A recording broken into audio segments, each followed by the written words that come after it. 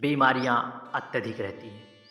अर्थात यदि हमारे घर में या किसी भी घर में यदि बीमारी प्रवेश कर जाती है तो निश्चित है धन हानि 100% होना ही होना है, क्योंकि यदि बीमारी ने प्रवेश पा लिया है तो धन हानि तो तय ही है। इसलिए हम सभी को बाबा देवाधिदेव महादेव से प्रार्थना करना है, बाबा से इस प्रकार प्रार्थना करना है कि बाबा जिस प्रकार आपने शुक्र को संजीवनी दिया उस प्रकार हमें हमें स्वस्थता रूपी संजीवनी अवश्य प्रदान करें। बाबा आपको कुछ भी नहीं करना है, सिर्फ धार टूटनी नहीं चाहिए, धार आपकी ना टूटनी चाहिए शहद और जल की। किस प्रकार करना है?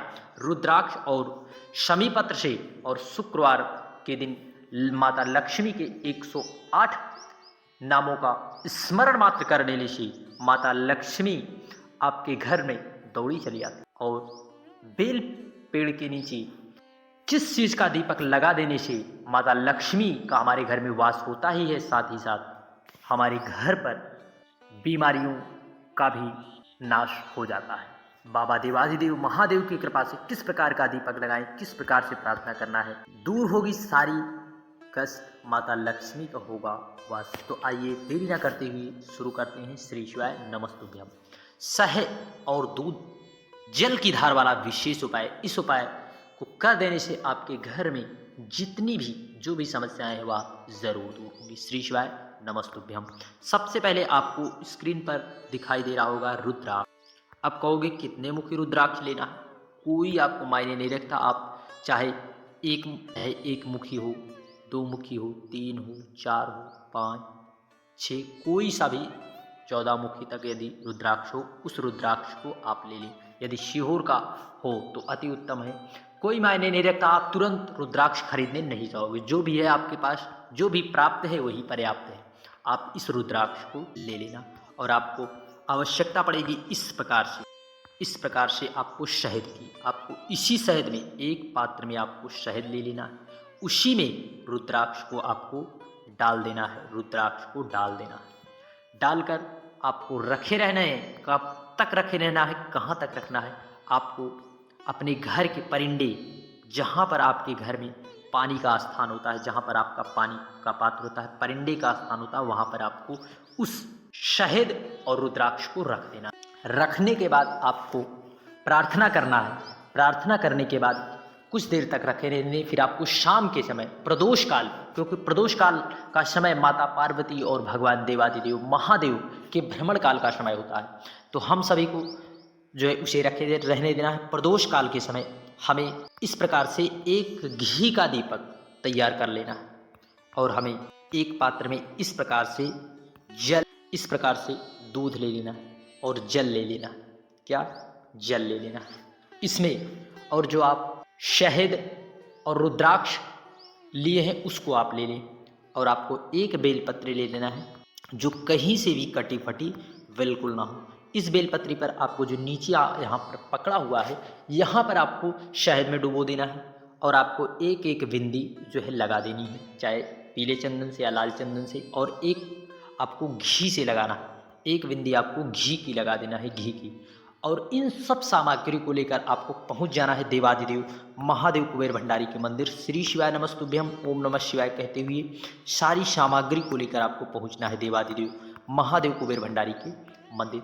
वहां पर पहुंचकर आपको क्या करना है? शहद की धार टूटनी नहीं चाहिए। आपको जो आप रुद्राक्ष लाए हुए हैं, रुद्राक्ष आपके पास जो है रुद्राक्ष, उसे आपको यहाँ पर रख देना है जहाँ से जलाधारी का जल गिरता है। आप किसी पात्र से, किसी चीज़ से निकाल कर रखें और एक हाथ से आपको शहद वाली पात्र रखना है जो आप परिंदे के पास रखे हैं। उससे आपके जीवन में जो पितृ दोष चल रहे हैं, आपके पितृ देवता नाराज है, वह आप पर जरूर कृपावान होंगे। और एक पात्र से जिसमें आपने दूध और जल रखा है, उस पात्र को आपको लेकर दोनों पात्रों से अवधूतेश्वर महादेव का नाम लेकर अपने बच्चों के लिए, यदि आपका बच्चा गलत मार्ग में है, आपकी बातें नहीं मानता, तो आपको इन दोनों चीज़ों को समर्पित करना है। परंतु ध्यान रहे, शहद वाली और जल वाली धार टूटनी नहीं चाहिए। आपको इस प्रकार समर्पित करना है, धीरे धीरे समर्पित करना है कि टूटने ना पाए। निश्चित है आप एक बार इस उपाय को कर लीजिए, आपके जीवन में जो भी परेशानी चल रही वह ज़रूर दूर होगी। शहद और जल वाली धार बिल्कुल भी टूटने ना पाए।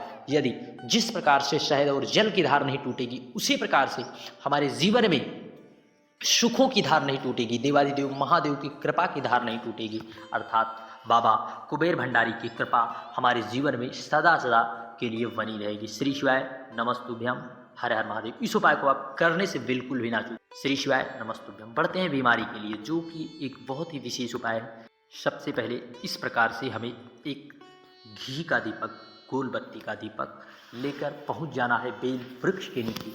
आपके घर से बीमारी यदि दूर नहीं हो रही है, आप बहुत से प्रयत्न कर लिए, बहुत से उपाय कर लिए, तो एक बार बेल पेड़ के नीचे शुक्रवार के दिन आप जाकर बाबा से प्रार्थना करिए। बाबा हमारा, आप पति के लिए, बच्चों के लिए, किसी के भी लिए प्रार्थना कर सकते हैं। जो भी व्यक्ति आपके घर में बीमार रहता है, जिसके लिए आप उपाय कर रहे हैं, दीपक को जलाकर वहाँ पर बैठकर आप कम जो है श्री शिवाय नमस्तुभ्यम कहते हुए बाबा से प्रार्थना करिए। बाबा जिस प्रकार आपने शुक्र देवता को संजीवनी प्रदान की है, क्या हमें भी वह संजीवनी नहीं प्रदान करोगे? हमें भी अपनी कृपा प्राप्त करिए।